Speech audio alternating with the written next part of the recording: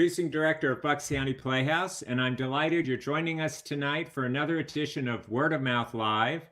Just to say, we had a big night at the Playhouse last night. We reopened with a extraordinary evening featuring Michael Smerconish's new film celebrating his 30th year in on the radio and as a commentator. And it was exciting to be back in the Playhouse with an audience. We can seat between 60 and 80, depending on the number of people who come in groups. Everyone is 6 feet apart. Turns out we have an extraordinary HVA system that actually exceeds the filtration that the CDC recommends for hospitals. So, and we clean every hour. We have a special deep cleaning that happens before every show that has a disinfectant fogging that is harmless to people who come in. Anyway, it was a great evening, and it was wonderful to be back in the theater and to have an audience, and Michael debuting his new film, which then showed on CNN, which was a big thrill for us. And the deck is back open and raring to go. We're both inside overlooking the river and outside in the courtyard in front of the theater. So if you feel like a fun night out, please come to the Playhouse. We're going to be showing movies on weekends going forward and some music concerts in August. So check our website and you'll find everything you need to know. And now I'm happy to introduce our hosts for this evening, Michaela Murphy and Ophira Eisenberg. Take it away. Thank you, Alex. Hi, how you doing? Hello. Hi, everybody out there. We're so happy to be back. Welcome to Word of Mouth Live. Tonight, we're going to be hearing lots of really cool stories around the theme of chance. So we're excited. I'm excited. Chance, yeah. Actually, so I was just someone on Facebook, whatever, scrolling through Facebook, as you do. Oh, by the way, I've exceeded my goal of screen time on my phone this week. My phone let me know. I've actually taken it up another hour, so that's going great. But just scrolling on Facebook, someone said, hey, just going out to my social hive, answer the following question. A life without risk is ? And people were responding like, boring, not worried, blah, blah, blah. But I was like, does that even exist anymore? I know. Right, you say chance, and I was like, so much is chance. It all is. It always has been, and now we're just very aware of it. So, yes, exactly. Yeah, for sure. By the way, I don't often do this because we live in a world where this is unimportant, but I still will say, the fact that your glasses match your shirt, dress, it looks like a dress to me, that matches your jewelry, and that you look ready for a real show. This is amazing. Thank you for noticing. I was in a pool like an hour ago, and I was like, I gotta get going. I lose so much time dressing up. It's just like, there you go. Yeah. So my hair is still wet, so I was like, all right, there you go. Well, if only I looked like that when my hair was wet. But we have 3 great storytellers. Actually, we have 4 great storytellers with Vera. There's you. There's Back to 3. We're telling a story tonight. We also have Brad Lawrence. I'm so excited to hear him. Meg McSweeney and Gasser Almonte. So we have an amazing show ahead. So, would you like to kick us off? Sure. I just want to do one little bit of business for the viewers, just to explain the little. Yes, thank you. Yeah, just a little bit how we do this. Instead of spotlighting each person, so they are just talking what would feel like just to you, which they are. We have either Michaela or I stay with them because it's nice to tell someone the story. It's nice to feel a small sense of an audience or some reaction to what you're saying. It makes a huge difference. I have a funny thing to tell you about this haircut. So my friend cut my hair last weekend, and and not everybody likes it because a couple of people said to me, they were like, "Oh, you got your hair cut," and I was like, "Yeah," and they were like, "Do you like it?" It was just the worst. Do you like it? That's like it's like 5 inches less of hair, so I'm totally digging it. I think it looks amazing, but that reminds me of people have said, "What's the worst thing that someone's ever said to you when you come off stage?" And I think, I mean, it's one thing if someone goes, "You suck," whatever. So whatever. But I think the worst is when someone says to you, "How do you think you did?" Oh God. Which is the equivalent of that, right? When someone's like, like, how did you remember all those lines? Yeah. Well, thank you, Josh, and thanks to all of you for joining us. This has been so great, and it's a couple of times it's happened to me here in New Hope, Pennsylvania, where I live, where people are like, "Oh, I love that show that you guys do." So, so thank you so much. And we were talking about why we do it this way, and it really makes a huge, huge difference to tell a story to someone, because the hardest thing about this is that we know you're there, but we can't sense you. So, in our imagination. So, Ophira, tonight I'm going to represent your audience. "Oh, thank you." So tell me a story. Okay, Chance. Yeah. So I was a very headstrong teenager, and I had all kinds of big plans and ideas for my life after high school. You know, it was very popular in Canada. After high school, you would take a year off and go like backpacking around Europe. That was very popular. Cool. But I decided that I wanted to take a year off and backpack around Australia. Actually, to be honest, Australia was very trendy at this exact moment in time. There was a huge hit was Beds of Crocodile Dundee, was that wasn't that? I think it was somewhere around there. But do you remember a band Midnight Oil? And they did this. Yeah. How can we sleep while the beds are... Yeah, that was huge. And I fell in love with this indie movie starring a young Michael Hutchinson from INXS called Dogs in Space, which was all about a bunch of it was actually like a bunch of like sort of punks and hippies in Melbourne trying to figure out who they were. Fell in love with this movie, wanted to be those people, wanted to go to Australia. It was like, I'm going to backpack around the exotic world of Australia. I knew nothing about it really. And I wanted to do it with my boyfriend. I had a high school boyfriend, Doug. Nobody liked Doug. Nobody liked Doug. Doug was hard to like. Doug would introduce himself as Doug as in grave. Okay. He was smart. He was really smart. He did great in high school, but he was into punk music and the punk scene and mosh pits, and he would introduce himself that way. He was learning how to play electric guitar. So many marks against this guy. He would make his own t-shirts. Like, he would take Sharpies and make his own t-shirts. He would draw skulls and then eat the rich, and that's what he wore. It was a lot for any parent of any teenage girl to have them date Doug. Yeah, I was like, he's cool. But he was angry. He was an angry boy. And part of that came out with just like the punk and the whole thing. And I don't know, angsty. We were all angry. We were all like, we're angry. So part of it was like, yeah, we're just going to go see the world on our own. We planned this whole trip. And, back then, I got to say, you were at travel agents, and we bought tons of books, and we were reading all the books. And we went and bought matching backpacks. We planned this trip. Oh my God. That was incredible. It was for a year. It was going to go Vancouver, Hawaii, Fiji, Cook Islands, New Zealand, and then all around Australia, and then back. Wow. Incredible trip. And my mother would not let me go. My mother forbade me to go. But I will be totally honest with you. I worked 3 jobs. Like, I worked every day after school. I worked all weekends. I knew that the only way I was going to be able to go was to pay for it all myself. And I saved all the money. And I bought my own plane ticket. And wow. She really didn't know what to do with me. So it was happening. And you know what? And I also got good grades. So there we were at the end of grade 12. It was the graduation time. We were, the trip that we were going to leave we were going to leave in the middle of August. So it was June, end of school. And I was part of the Honor Society. Doug was also, thank you. Doug was also part of the honor society, and so they threw us in grade 12. If you're part of if you made it that far with the honors, you get to go to a banquet. It's just like a dinner, and they give you a pen, at a country club to be all fancy, etc.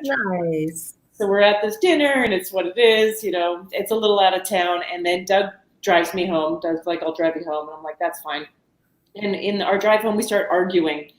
We used to get in so many arguments. I mean, and I'm very dramatic in an argument. Back then, as a teenager, oh my God, I would, scream and storm off, and all that, super dramatic.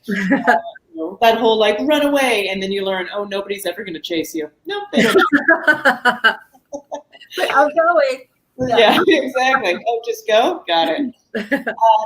So I just say I don't know what we would argue about. It must have been jealousy, because when you're 17 years old, we didn't share anything. We didn't share an apartment or a life or a property or money. So it just must have been jealousy about something, and it was getting very heated, and he was very heated, and we were driving on the highway, and he finally just stopped the car, leaned over me, opened up the passenger side door, and said, "Get out." And I defiantly got out. And then he just closed the door and drove away. Oh my God. Yeah. So I'm on the highway, and, town is that way. I know where I'm going. I know this highway. So I start walking in my vintage dress and my white slingback sandal kitten heels, down the highway, just going like, I don't exactly know what I'm going to do to solve this, but what's bigger in my head is, okay, this just happened now, and I got to solve it. But what's going to happen when this happens, and we're in the middle of the outback, and I know nothing? Well, 10 minutes later, he drives back and finds me walking down the highway. And he opens up the door and apologizes and says, "Come in and I'll give you a proper ride home." And I take it, but I don't look at him the same. Matter of fact, that was it. Yeah. So a week later, I go to his house and I go to break up with him. And it is like this crazy dramatic breakup. There's screaming, there's cursing, there's throwing things. I mean, at one point I remember saying to him, like, "It is so clear you hate me so much, yet you don't want me to leave." Like it didn't make a lot of sense. And I ended up like, I like ran away. He chased me, and I got into my car because it was just going to go on forever, this wackiness. And I left. And the next morning I woke up and I was like, oh my God, it's over. I was relieved. I was like, the trip is over. The trip is over. I mean, I was like, I guess I have to call up the travel agent and see how that works with canceling a flight, and sitting there just staring at my backpack, being like, all that work, all that time, backpack. And then I was like, wait a second, all that work, all that time, I worked so hard for this. And I put so much time and effort to it and saved my own money, and this is my backpack, and I don't need his permission. Like, he's not going to hold me back. Yeah. This is my trip. This is my trip of a lifetime. And I'm a smart, independent young woman. And I am going to go on this trip by myself. Yeah. And then I told my mom, I was worried, but I told my mom that I was going to go on this trip by myself. And she was so relieved I wasn't going with Doug. She gave me $1,000. Oh my God. Like, if I'd known this. I was like, right, this was the key. So, wow. It was only about 6 weeks till I was going to go on that trip. That just flew by. And, then it came the day. It was the day of the drive to the airport, and my mom and my brother and my sister and a friend came in the car. And we drove to the airport, my backpack for a year. I packed a year full of stuff. I didn't even know what it was in a backpack. We drive to the airport, and we get to the part where, we got to say goodbye. It's time for me to go through security, and we're hugging and crying. They are crying because they're going to miss me. I am crying because I'm going to miss them. And also just out of fear, like I was like, Yeah, you're Yeah. doing do this. Yeah, am I in over my head? But you just keep moving forward, through security, and then I'm boarding the plane, and then I sit in my seat. I throw my jacket in the bin, and I sit in my seat, and I look out the window at the tarmac, and I go, "This is it. This is my trip and I'm doing it myself, and this is amazing. And yes, it's scary, and it's about to begin." And through the corner of my eye, someone else is throwing their stuff in the overhead bin, and I smiled, like, "Hey, stranger." And then I look, and it's Doug. It's Doug. He is sitting in the seat beside me because he also decided to take the trip alone. He also decided this was his trip of a lifetime, and neither of us thought each other would take this trip. So neither of us thought that we should or even a seat. Oh my God. Oh my God. And he looked at me, and I looked at him, and he sat down, and we turned away from each other, knowing that we had an 11-hour flight ahead of us to work whatever it was aft. That's the beginning of, obviously, a long story. There's probably like a part 2, 3, 4. There might be a part 9, yeah. I have to tell you, listening to this story is like listening to every true crime podcast. Like, she's going by herself. Right. Her mother doesn't want her to go. She's going for a year. She's got this boyfriend. I was just like, all right, you're here, so I know you lived. But Yeah. like, Oh, yeah. I was like, oh my God, like that is amazing. Yeah. I can't wait to hear the rest of this. Yeah, we went on that trip. We did not go together, but we saw each other. Oh, I can't believe that. I mean, that he left you on a highway in a vintage dress and kitten heels. Thank God he picked you up. Oh my God. Yeah, I mean, it's so funny because right now, if someone left me on a highway, I of course would just pick up my phone. But back then, yeah, like you're just like, there's so many. I wonder how many relationships are prolonged because we have phones. We'll just call it over. No big deal. I can solve this. So amazing. Yay. That was great. Thank you. Thank you. So that kicks off our show with Chance. So we have another storyteller. You ready to move on? Oh, yes, absolutely. I fantastic. love this guy. He is a fantastic storyteller. I originally met him when I started storytelling with The Moth, and then we both have been just working in this telling stories and doing one-person shows, and he also does some great stuff with Risk. Brad Lawrence, everybody. Hello. Hi. As I'm saying Risk, I suppose I should say Risk, like show and podcast, because just saying like Right. Great work with Risk just sounds pretty open-ended. Right, like I'm hedging something, or I don't know. It's Like great. I know the term hedging risk. I don't know what it means. I don't know what you do. I don't. That's Well, yeah, you don't have to. When you're doing it, you don't have to know. yeah. That's exactly. That's how we got into the situation we're in now. That's right. Yeah. So, tell me a story about Chance in your life. All right. No problem. I'm going to tell you the story of the first year that I moved to New York. When I first moved to New York, I came here with a girlfriend. I was going to be an actor, and she was going to Columbia Law School, and it was going to be a brand new beginning. We've been living in D.C. D.C. was terrible, still is. We were coming to New York. It'd be a brand new beginning. It was going to be great. We were doomed right from the start. If not just for the oil and milk combination that is aspiring actor and Columbia law student. Also just, that first year in New York. And leading up to our move, she kept saying this thing to me, and this should have been a warning sign, because she would say to me, I read in a book that 80% of relationships don't survive the first year of law school. And I would say to her, I'd be like, don't worry, like that's not going to happen to us. We're going to make it. We're going to be great. Because I thought she was looking for reassurance. She was laying the groundwork, building her case. She's a very successful lawyer these days.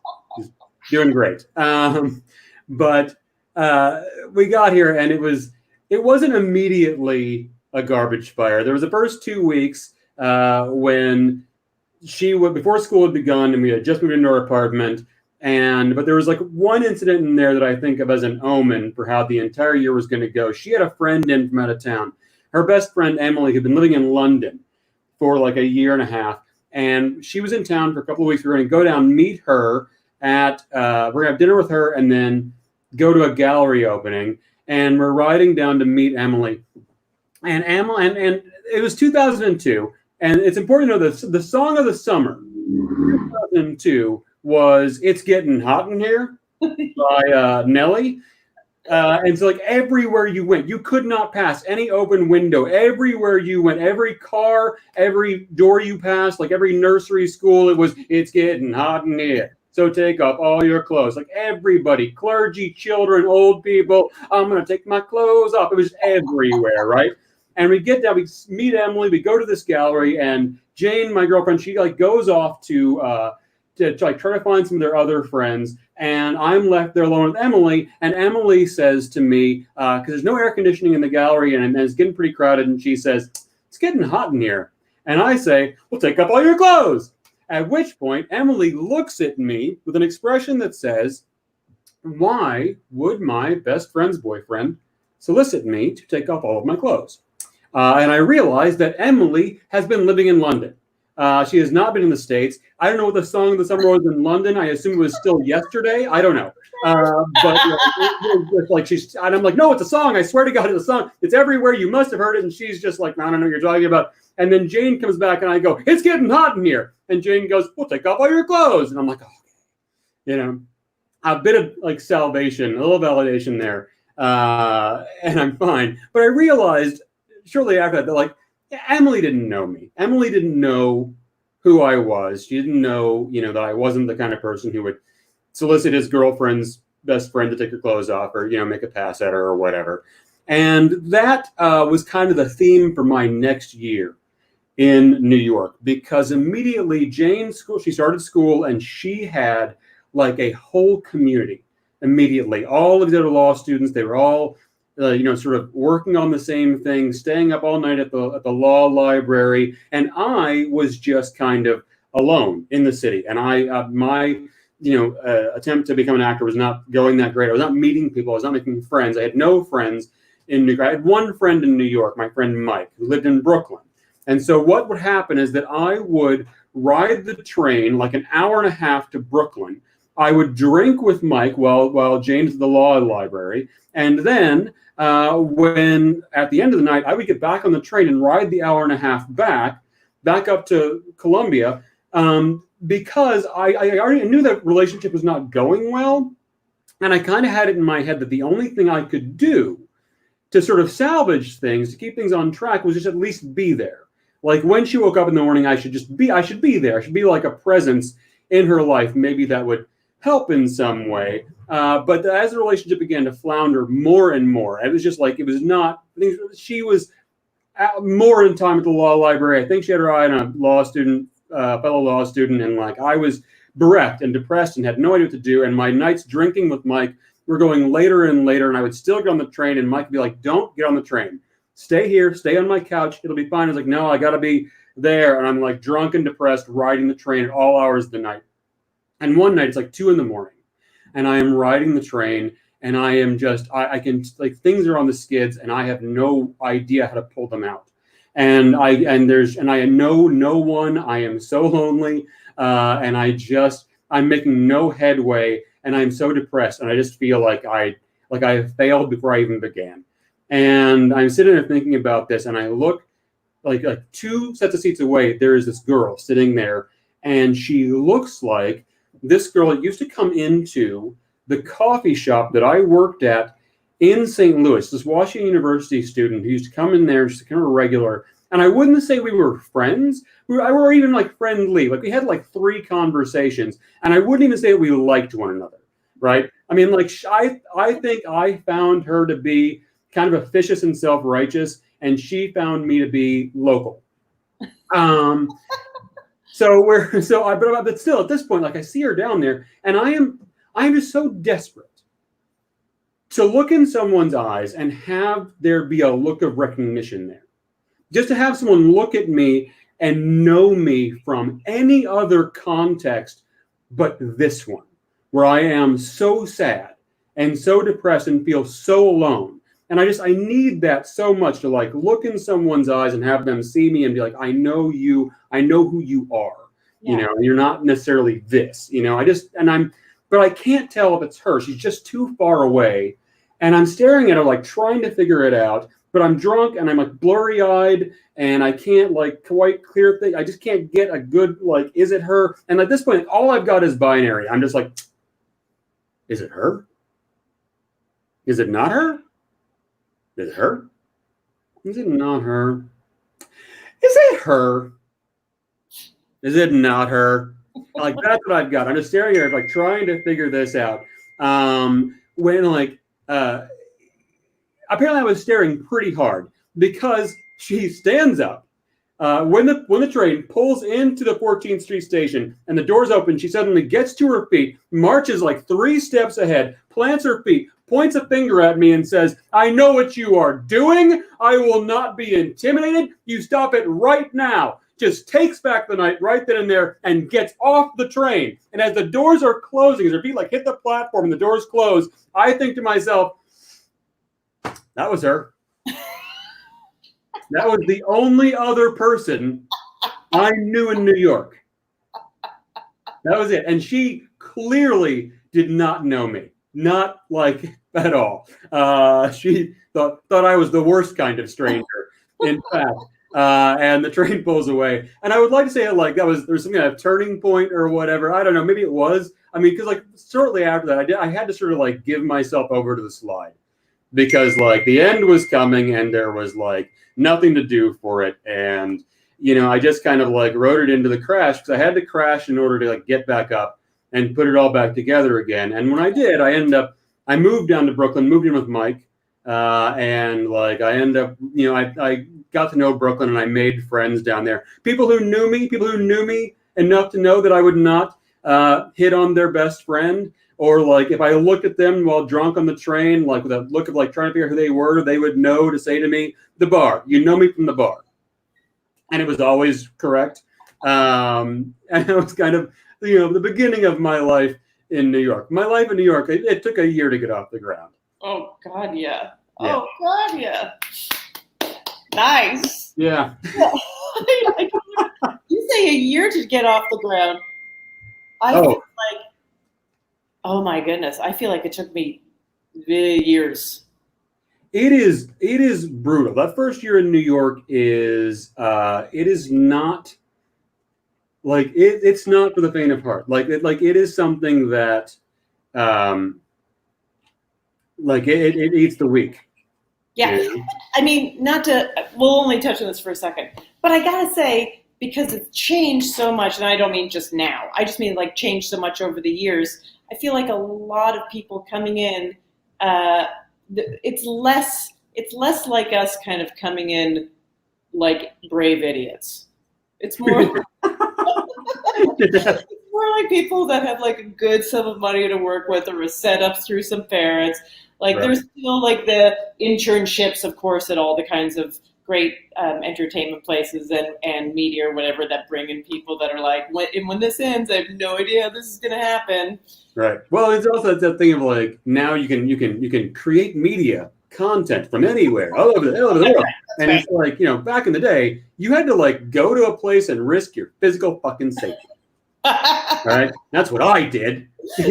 That's how Dad did it. You know, it's just like you go and you wonder like, what violent crime will I be the victim of? You know, it's just. And I so know the thing of like, is that it's on the subway, crowded subway. It's like that. Weirdly on the subway, it's like it is everyone's individual time. Like it's almost disruptive to talk to someone. You really have to decide if it's okay for something so public. Yeah. Yeah. Right? And like just being like, is it because I can't really. No, because you learn to be like alone in a crowd, like zoned out and like I in my own space. Right. And then like when someone interrupts that space, it's like now I have to murder you because that's the rules of New York. And sometimes when you do see someone you know, but maybe tangentially, you're like, I don't want to do this right now. Oh God, I have the ability I've had to like look anywhere but at wherever that person is, and like be fully absorbed in the ad that I've seen 1,000 times. You know, it's a skill unto itself. Yeah, well, something to look forward for both of us again. Yeah. Now I miss it. God, I miss. There you go. That was Back to the subway. fantastic. Thank you for having me, Ophira. Thank you so much. Always a pleasure. All right. So nice to see you. You too. Brad Lawrence. Thank you. That was so great. Oh my gosh, it was great. So nice to have you. Thank you so much for coming and telling such a great story. My pleasure. Thank you. It made me very nostalgic for those subway rides. I know, and just the beginnings of things. Yeah, I know. It only took him a year. I feel like it took me a lot longer than that, like to feel like, yeah. But that's what's good when you're young. Yeah. Yeah, I know that feeling though too that he described where he was like, I had one friend, like being literally like, I know two people and maybe a third because you don't know anyone. And always going like to the same places because those are the only places that kind of knew. And then like, slowly, yeah. So that was awesome. That was great.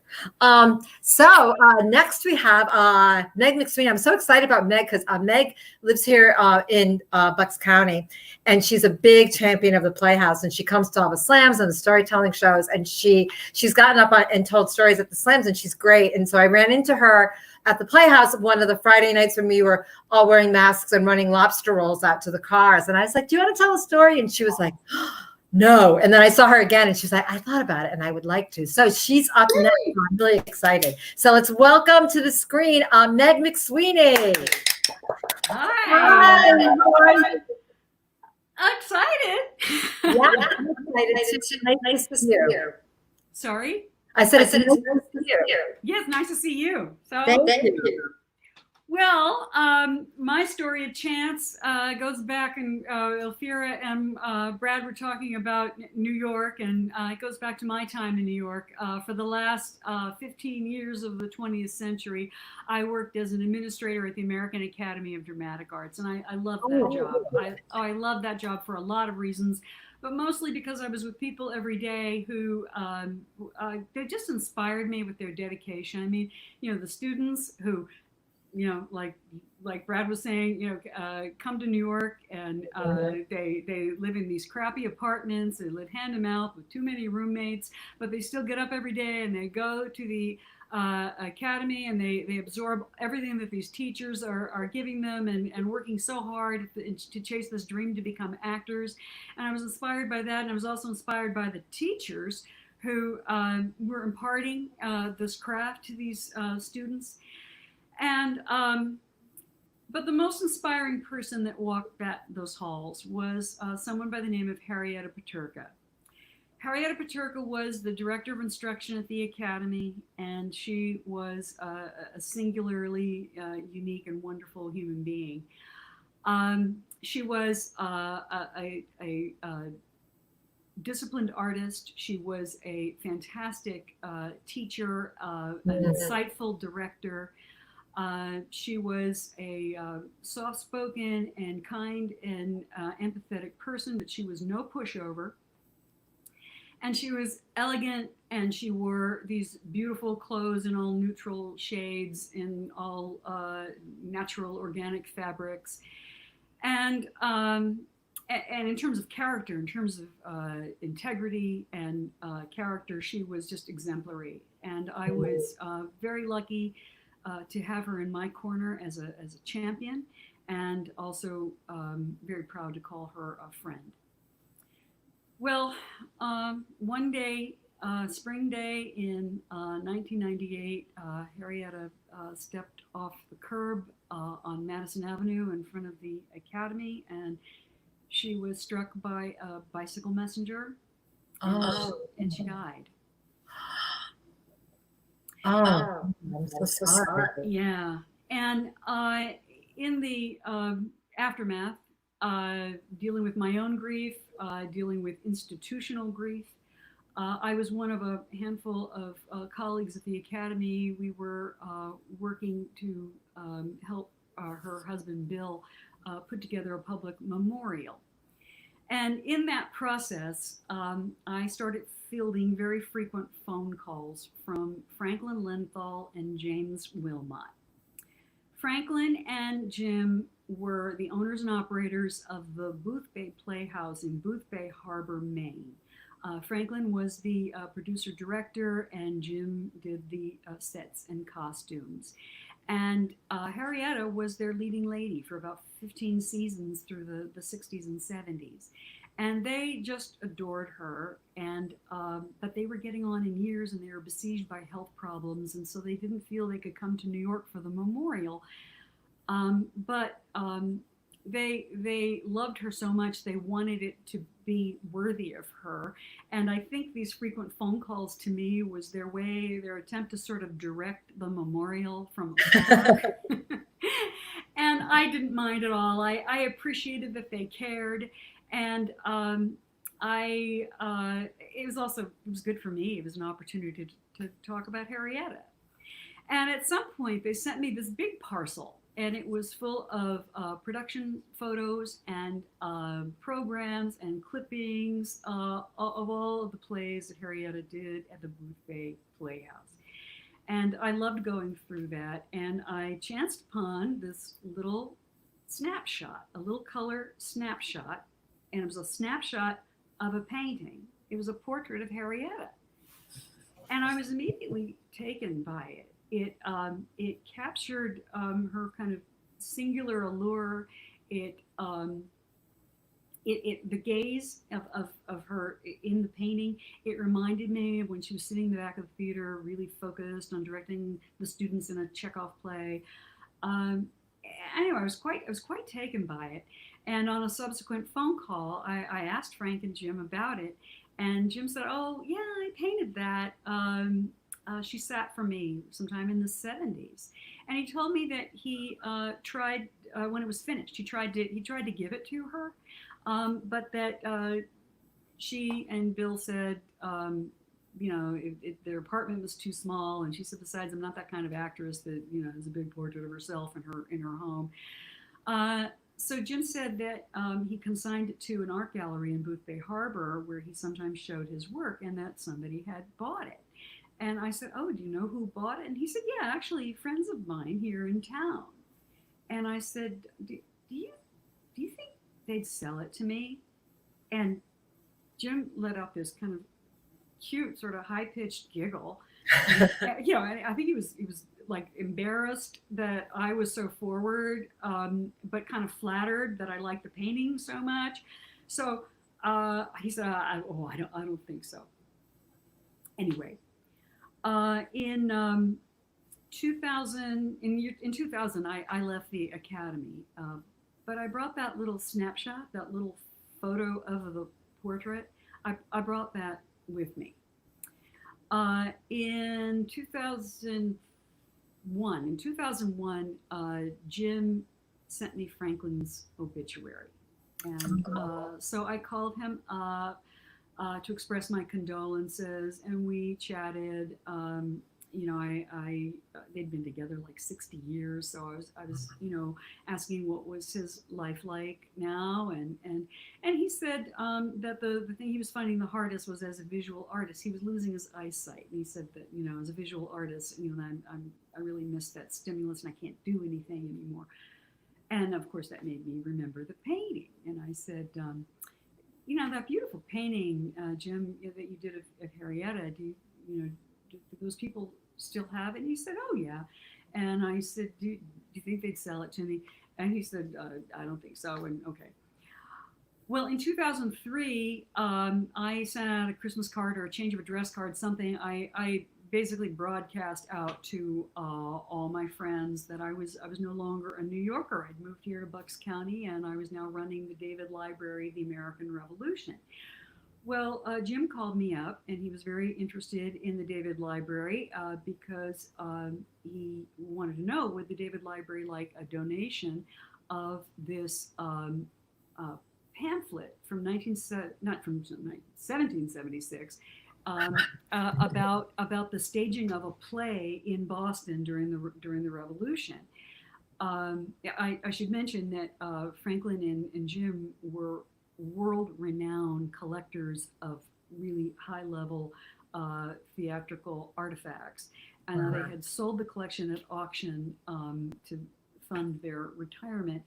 But Jim explained to me this pamphlet didn't sell, and he was looking for an appropriate home. And he saw that I was at the David Library of the American Revolution. He said, would you like this? And I said, wow, I bet we would. And so I consulted our librarian and our board of trustees, and we very gratefully accepted the gift. But the pamphlet was valuable. So there was a little bit of back and forth for legal and estate and tax reasons. And at one of those phone calls, I, brought up the painting, and I said, so Jim, do those people still have that painting? And he said, oh yes. And I said, do you think they'd sell it to me now? And Michaela, I don't know what possessed me. I said, I'll pay any amount of money. I mean, the minute I said that, I went, I had no idea. I had no idea how much Jim sold his work for. I have no idea how much these people, whoever they are, valued this. So, well, okay. But the good thing about me saying I'll pay it, Jim didn't giggle this time. He went, okay, I'll ask them. So a couple weeks later, he called me up and he said, I asked them if they would sell you the painting, and they said no. No sale. They like having it. And I said, I'm disappointed. And Jim, in his soft, calm voice, he said, don't worry, Meg. I know that someday that painting will find its way to you. And I don't know, something about the way he said it, I just was filled with peace. And I said, okay. And but then he giggled. And I wondered later, what did he mean by that? What did he mean by that? Someday that painting will find, and I thought to myself, did he go to them and say, there's this girl who really likes your painting, you should put her in your will, and maybe that's what he meant, or I thought, oh, that Jim, I bet he bought the painting from them and he's going to send it to me someday as a surprise, something. I didn't know how, but I believed him. And the other thing to remember is all this time, the painting is in my life, a photo of it anyway. I mean, by now I'd framed it, and it was sort of the picture that I chose to represent Harrietta's memory to me. And, and sometimes my eye would land on it, and it would make me think of Harrietta, and that would make me feel good. But other times I would land on it, and I'd see the object of desire, the painting. And I'd remember Jim said, someday that painting will find its way to you. One day in 2000, it's a January day in 2011, in my mail, I get this manila envelope, and it's from a law firm in Boothbay Harbor, Maine. So I open it up, and inside is my Christmas card addressed to Jim, unopened, and there's a letter from a lawyer. And she says, I'm sorry word didn't get to you by now, but after a brief illness in 2010, Jim died. He left no heirs, so as trustee of his estate, his mail gets forwarded to me. So I'm returning your letter. And also here is his obituary. And I see from the obituary that he passed away. At his request, there were no services, and that he was laid to rest next to Franklin in the Lenthal family plot at a cemetery in Lackawanna, Pennsylvania. Mm-hmm. So I wrote back to the lawyer, and I thanked her for letting me know. And because she had said in the letter that Jim was a friend as well as a client, I expressed my condolences to her. But do you think I could leave it at that? Since you asked. So I also enclosed a scan of my little snapshot, and I said, there's this painting, and Jim indicated that someday it would find its way to me. And so, do you know anything about it? Do you know where it is? And she wrote me back, and she said, well, actually, yes, I'm very familiar with that painting. That painting belongs to friends of mine.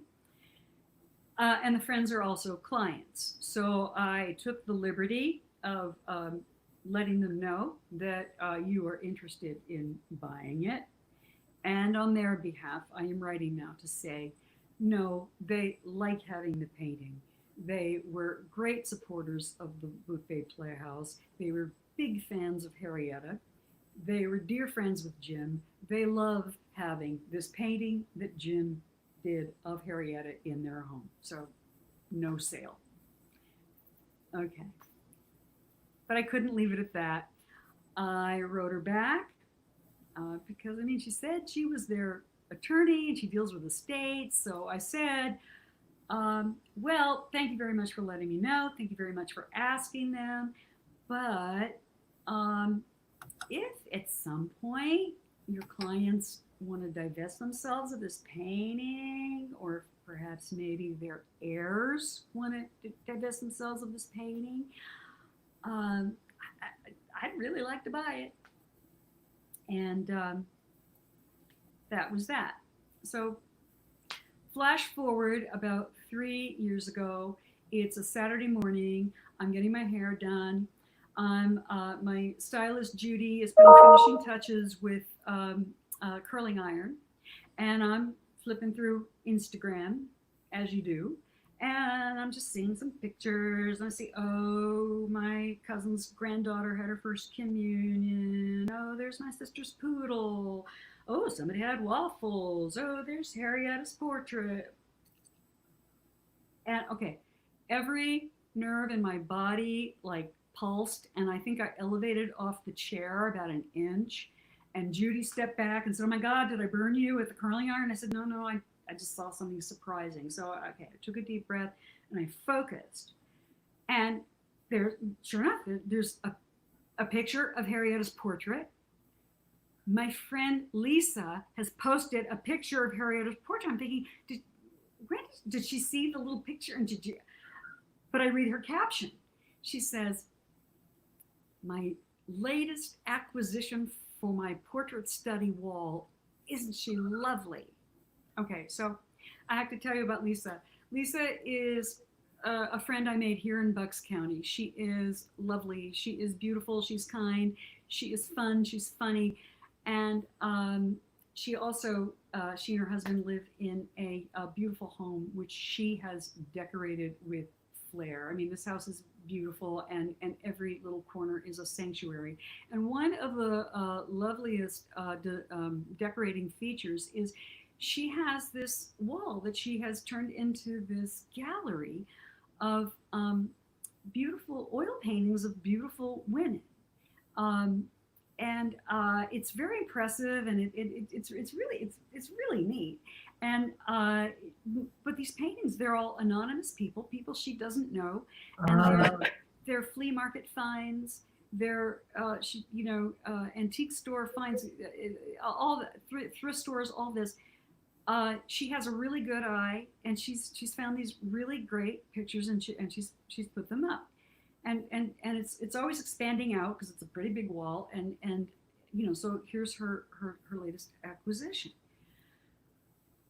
So I get home from the salon, I take a deep breath, I call Lisa, I say, Lisa, I saw your Instagram post. And she goes, oh my God, isn't it great?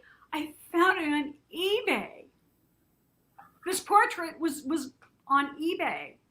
And she said she found it by putting in her usual search criteria. She put in mid-century oil painting, beautiful woman. And she says there's always interesting stuff to see. And she scrolls through, and she says sometimes she bids on things, and sometimes, most times she doesn't win them.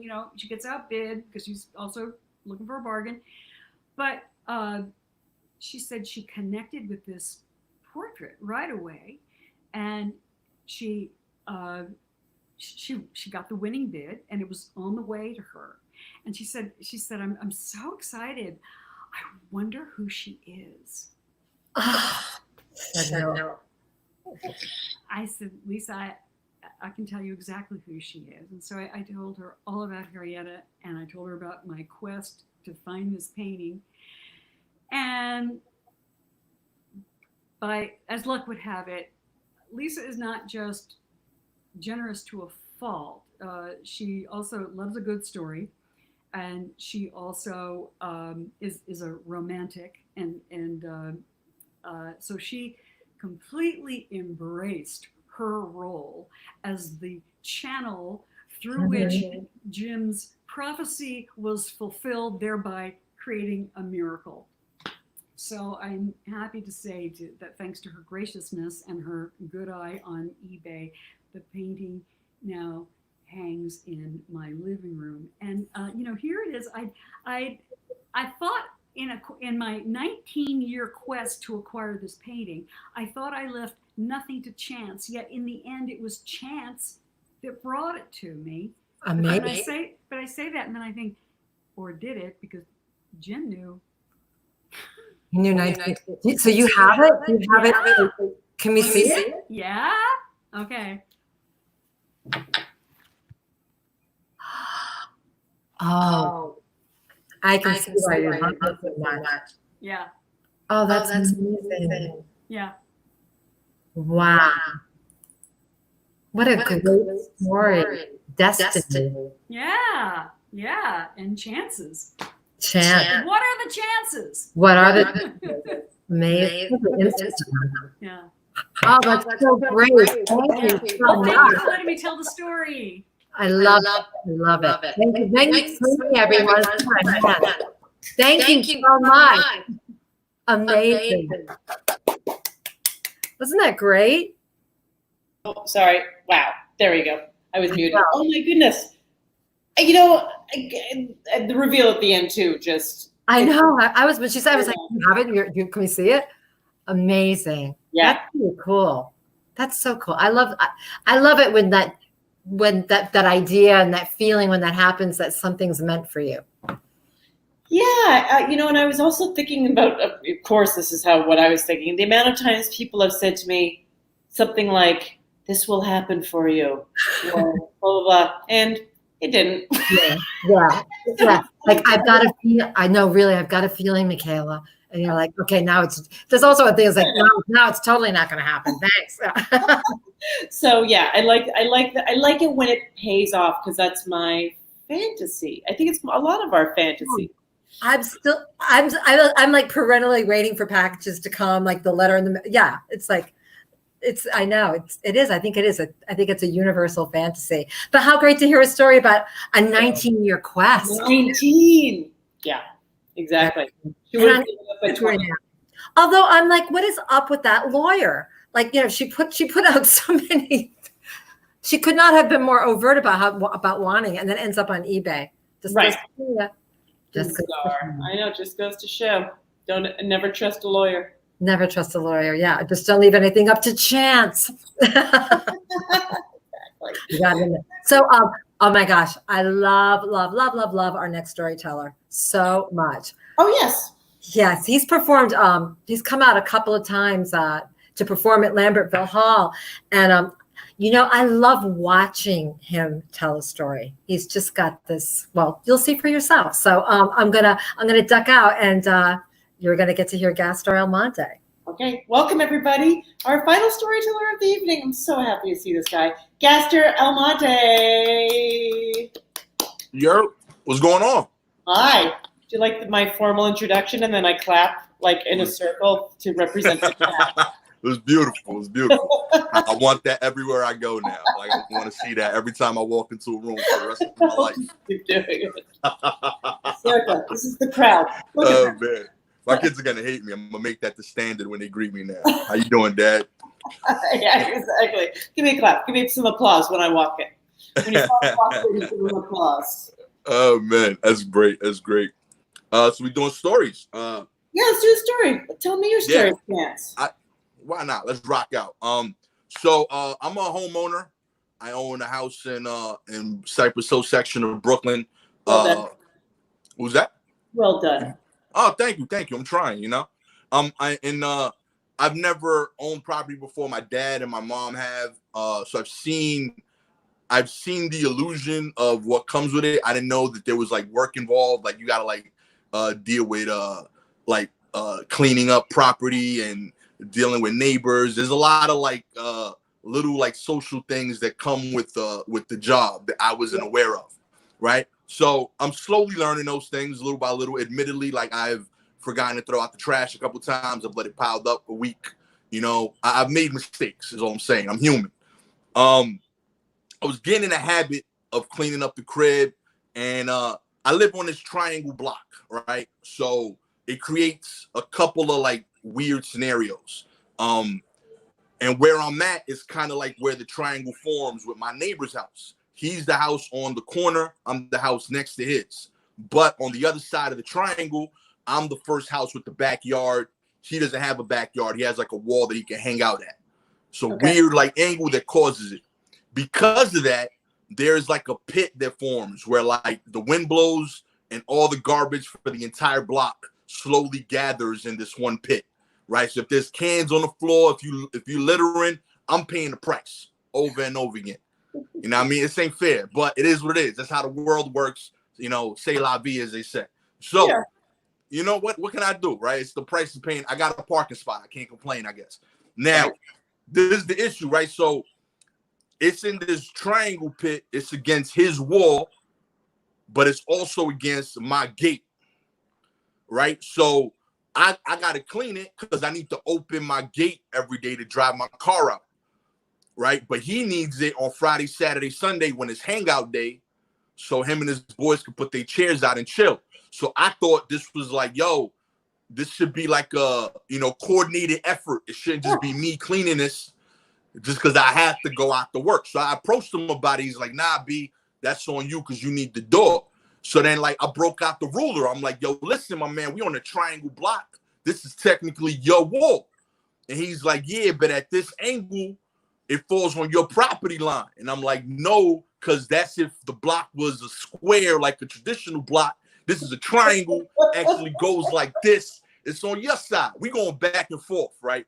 So we spazzing. My wife knows something's up because I've been going for like 20 minutes parking the car. It does not take that long. She comes out, she brings me in. I let it go, but there's issues now. Me and him, we got beef, you know? So now I've made a decision. You know, I'm in the house. I'm speaking way louder than I was outside. Like now I'm like just yelling. She's letting me blow off steam. I'm like, I ain't cleaning up shit no more. Forget it. Let it pile up. You know what I mean? I'll take the train from now on. I take the bus. I don't need the car. The car can stay back there. I don't need to open this door no more. You know what I mean? I'm going to be a real New Yorker. Get my Metro card. Why not? You know, weeks are going by. There's cans collecting there. Like now, like people are coming over on recycling day and they just taking cans. They're getting $10, $20 of cans out of this pit because I refuse to clean it. He refuses to clean it. We're going back and forth at ice grills now. No talking. We're just making really like in-depth stares every time we walk out to our backyards. He knows there's a problem. I know there's a problem. And this is going to be like this for the next 30 years, I guess. That's what we've settled, you know? Then Corona hits, you know? And the dynamics change, right? You know? Now, the first thing, everybody has a different thing that told them we're in COVID. You know, like, for example, we're doing this show on the phone. The way I noticed, the first time I noticed, yo, COVID is affecting my life is when I went to order a bacon, egg, and cheese sandwich. And the deli told me, yo, we didn't get bread delivery, so I only got the hero bread. That hurt my soul, you know, because that's just not how it works. There's this purists, they believe bacon, egg, and cheese should be on a roll. I like bacon, egg, and cheese on a bagel. And I feel like the hero bread should only be left for cold cut sandwiches. Right? Thank you. Thank you. So I show up in the morning to order my bacon, egg, and cheese. And he's like, yo, I'm sorry, I don't got bagels yet. Delivery ain't get here yet. It's a little delayed. They're having issues because of COVID. So I'm annoyed, but I'm like, all right, cool. I hear you. Now, I will give my neighbor this one credit. He also has the same taste that I do in sandwiches. You know, So say what you will, we got something in common. He shows up 5 minutes after me while I'm waiting for this delivery. He says the same thing, bacon, egg, and cheese on a bagel. And the guy's like, I'm sorry, I didn't get the delivery yet. So he waits 6 feet away from me to keep it appropriate, but not because of health concerns, just because we are awkward with each other. You know what I mean?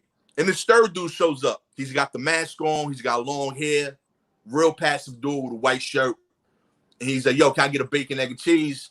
And the guy's like, on what bread? And he's like, bagel or roll. It's cool either way. He's actually, I don't got either right now. I ain't get delivery. I'm waiting on the hero. And he's like, okay, cool. I'll wait it out. And while he says that, you know, I got nothing else to do. I'm waiting for this delivery. I'm a comedian. I'm at home as is. I got nowhere else to go. So I'm hanging out. I hear this order, this frivolous, like, you know, who orders like that? Like, I don't care what bread. What do you mean you don't? This is setting the tone for your day. Of course you know what bread you want. Who just says that? Bacon, egg, and cheese, whatever bread you want. That is insanity. So I see him do that. So I got to ask him. I was like, bagel or roll? What's wrong with you, man? Like, you gotta make a choice, man. You know what I mean? Stand your ground here. You know what I mean? If you don't stand for something, you fall for nothing. You cannot fall for the wrong type of bread. You gotta pick your carbs accordingly. You know what I mean? And he tells you, like, it doesn't matter. They both taste good. It's just, I like to get bacon, egg, and cheese with, you know, slightly different order, but the bread isn't the important part. So I'm like, yo, this dude crazy. You know what I mean? You gotta go bagel.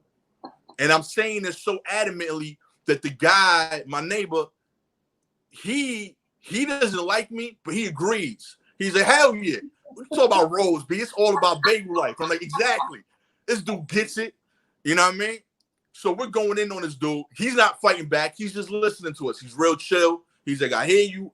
I don't really care that much. I do some things differently within the sandwich, but bagel, roll, same difference to me. Now people are coming into the store. They're placing their orders. 2 out of 3 people are starting to wait because they are also bagel or roll people. Every now and then somebody orders it on a hero. We look at them in shame and disgust, but they leave the store. You know? Now we at the store solid hour. Deliveries coming in. We're still fighting. But now it's me and my neighbor against everybody else. They're like, yo, it's about rolls, B. We rolls for life. And I'm like, nah, B, it's bagels. Bagels all day. You know what I mean? Bacon, egg, and cheese, bagel. You need it. And it is a solid reason. I understand how the roll started, right? Bacon, egg, and cheese on the roll, traditional New York sandwich for those of y'all that don't know. The reason the roll became popular, A, it's affordable. B, it's available in most delis. And C, it has to do with circumference. It provides more space for you to put 2 fried eggs with the 3 strips of bacon. I get that. I agree. But the bagel allows you to have structural integrity. You know what I mean? It changes the game. You know what I mean? Because it's a tougher piece of bread. So when you put all these things in there, you can now make the bacon, egg, and cheese a fully New York meal and eat it on the go. You don't got to worry about it falling apart. You know what I mean? I can eat it, hop the train. I can eat it while I'm on the phone driving. You know what I mean? I shouldn't do that, but I'm just saying it's an option now. You know?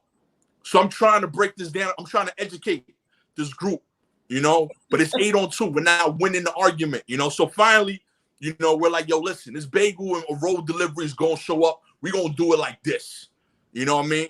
We're going to pay for 10 people to try bacon, egg, and cheese on rolls, bacon, egg, and cheese on bagels. $60 of bacon, egg, and cheeses. The winning, whoever gets 10 people to like the majority of their stuff first pays for all of the 60 and gives the other group $60 too. $120 bet between the 2 of us. Let's do this. You know? Now, I felt comfortable with my decision. I felt comfortable with my side of the story. I agree that most people are roll people, but I felt like in a blind taste test and after explaining my side, we're going to win this bet. I'm talking to my neighbor. He's on board too. He's like, hell yeah, this is just a matter of sales. They don't know the statistics. They don't know the information. You have to inform the customer. And that's what we set out to do. Now, I don't know if you've ever had 10 random people that would stand in front of your local corner store aggressively approach you to try 2 different bacon, egg, and cheese sandwiches before. But it is an awkward conversation starter. Like, you got to work that out. There was some kinks the first few times we approach people. You know what I mean? Like, yo, listen, you want a sandwich? And the thing is, everyone going to the store at that time usually wants a sandwich. They just don't expect someone to be yelling at them from the corner that if they want a sandwich, I got 2 sandwiches for you. You know what I mean? So you gotta like ease into that convo. By the 3rd or 4th person, I got it down. I'm touching them on the shoulder, like, yo, listen, you about to have a strenuous day. But you know what will make that better? A bacon, egg, and cheese on a bagel. Let me try that out. I'm gonna let you try this roll thing too, but I want you to try these both out before you choose what you're gonna buy for the day. I promise you it'll change your life. And we going back and forth. We keeping tallies. I get 1 person bagel, they get 1 person roll. Rolls take a lead 3-2. We getting nervous now, you know what I mean? Starting to rack up. Finally, we get 9-9. Intense battle. We an hour into this morning. Wow. And the dude from this morning has just been chilling out, looking at his battle back and forth, listening to our arguments, seeing the passion in our eyes, you know? And he goes up to the counter and he places the order. He's like, hey, let me get bacon, egg, and cheese on a bagel. And we instantly turn around and be like, yo, that counts. That counts. We win. Let's get it. You know what I mean? And we feeling victorious. And then everybody starts to humble down. Everybody gets a little quiet. We talking smack. They letting us two kind of like cheer loudly, but everybody else is kind of playing it humble. They acknowledging the victors. And then he repeats his order to make sure that there's no mistake. We didn't catch it the first time. He's like, hey, yo, let me get a bacon, egg, and cheese on a bagel, but let me get double bacon. And we like, oh, double bacon. Oh, this dude is for real. Yeah. You know? That's a man's man right there. He ain't playing games. And then he gives Ak one more instruction. He says, but yo, listen, do me a favor. The extra order of bacon, I want you to put that below the egg. And then the regular order above the egg. Oh, wow. And I was like, you know, like mind blown right there. It's crazy. And I said, yo, what made you think of that? And I said, I was applying the same bagel principles. It's about structural integrity. I don't want my sandwich to be sliding from the 6 strips of bacon that I've added that have normally not been accounted for when making the sandwich, but I still want double bacon taste. And he just looked at us. He turned around. We were shocked. We didn't know what to say. Everybody else heard it too. They were shocked too. Because this is something you could apply to the rolls too. This is universally a better way to make sandwiches. Just because you want more of the topping doesn't mean the whole topping has to go in the same layer. Brilliant idea. Pizza should try it too. Some pepperoni below the cheese, some above the cheese. It's a whole new game. Mm. You know, and he walks out and right, you know, again, it hits us. We're looking at this dude, quiet dude, white shirt, long hair. His face is covered with the mask. We've never seen him before. We don't know his name. I noticed he got sandals. And I'm wondering, yo, is this dude Jesus? Like, did Jesus just come to save us from misordering breakfast for the rest of our lives, you know? And I'm not saying it's definitely Jesus. I definitely think it's Jesus. But I'm just saying, if he came back for that, it was definitely worth the 2,000 years. That was incredible work by his part. We leave the sandwich spot. I'm feeling victorious. $30 rich on my half of the $60. And I didn't pay for my breakfast sandwich. And I got most of my block paid for with free sandwiches. I'm feeling great. I'm on a new high. And I got all this energy because I just ate a free bacon, egg, and cheese sandwich. Amazing time. I'm walking to my block, to my side of the block, and I see my neighbor doing the same. Halfway down his sandwich. We look at each other. We did that like acknowledgement. We showed each other the sandwiches. And then we both just started picking up the garbage together. And Oh, yay! We're brought together with the things I love. you know? Thank you. Eggs good too.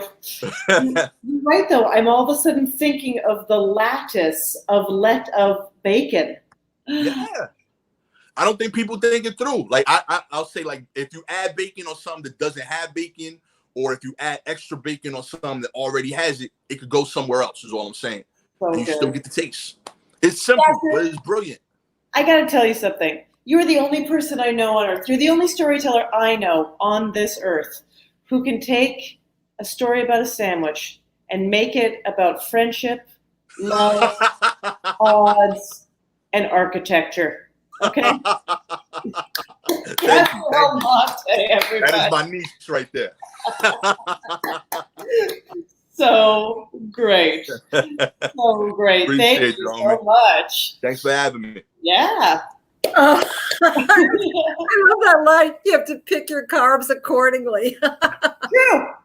You know, you're right though. I mean, I listen to him and I'm just like, I would just want to like hang out with him for a day, just like everything. He just illuminates everything and makes it into a story. It's I'm hilarious. so glad that all those people got free sandwiches. I know. I'm so glad that his neighbor worked it out like in this wild way. Totally. It made a big game out of waiting. That's so great. Great. Totally great. What a great show. Amazing, amazing. The architecture of sandwiches, the painting, The 19. The subway. Yeah. What's a misconnection that was even more missed? Whatever that is. yeah. That And was then you thinking you checked your baggage, but oh no, it's sitting next to Yeah. you. You can run, but you can't hide. Right. Oh, what a great, great show. And thank you everyone for joining us. As Alex said in the beginning of the show, the Playhouse is open. They're showing movies. The deck is open. You can eat in the courtyard, which is really, really nice. You can also eat inside the restaurant. It's got a great view of the river. And next week, next Sunday, we're back. We're not back, but the show is back. It's the Playhouse Live show. So that'll be next Sunday. And then the following Sunday, we're back with our next storytelling show. And I think the theme is going to be stuck. Stuck. Stuck. Kind of interesting. Yeah. So stuck. So we'll be back. Thank you so much for joining us. Oh, and if you're so inclined so that we can keep going on, please consider making a donation to the Bucks County Playhouse. Any amount of money is great and deeply appreciated so that we can keep doing these shows and bringing people together to tell stories and laugh and just see how hearing these stories makes me look at my life differently, because it's just like, anything can be a story if you're paying attention. Absolutely. Yeah. And if you decide to, take a chance. Take it. Oh, I like it. Get it in there. And thanks to Michael Troutman, who's our director of marketing at Bucks County Playhouse, who ran all the tech for us tonight. So thank you. And thank you, Ophira. It's so nice to see you. I love doing this with you. Thank you. Michaela. Oh, so great seeing you. Thank you. It's great to see you. And thank you.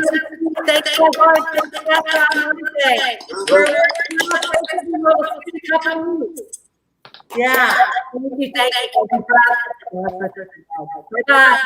Good night, everyone. That was a